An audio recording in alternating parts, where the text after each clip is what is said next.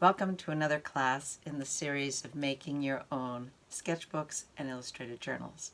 I'm Chris Carter.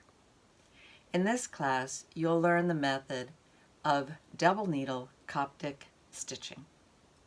In addition to learning this method of Coptic stitching, I present another aspect of creativity, which is making the best of a situation when something goes wrong, and for being creative to come up with solutions when things go wrong.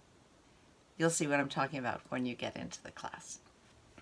I would like to mention that in a previous class, on the class of making your own punching cradle and using a punching cradle, I mentioned that I would include that entire class in every class in the series which involved stitching your own sketchbooks. What I've discovered is it makes the classes far too long. This is the cradle, the portable cradle, that I use in this class, and I just want to let you know that if you're interested in using a cradle and you don't have one, and you want to make your own cradle, that is a separate class here on Skillshare. So you can take a break now, go make your cradle, and then come back and continue.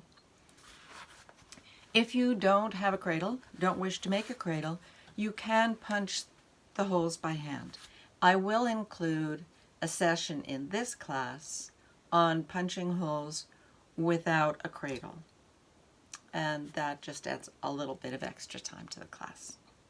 So in this class, you will also learn about paper, about folding paper with the grain and against the grain. You'll learn how to tear paper so that you have a nice soft edge instead of a clean cut edge with a paper cutter or a knife or scissors. You will learn about making your book out of recycled materials.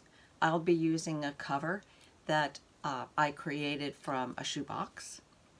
You will learn how to adapt that when something goes wrong, and you'll learn about different threads for binding, whether they be waxed or unwaxed, and how to wax your own threads. And then you'll learn how to do the double needle Coptic stitching. So welcome to this great class. Stitching your own books opens up so many possibilities for you. You can make your own books for sketching, for journaling, for keeping records of things. You can make your own date books. And you can make your own wonderful pop-up books. You can make books with your children. I'll be sharing with you 2 of the children's books that I think are great inspirations. So let's get started and learn a little bit about paper and folding paper.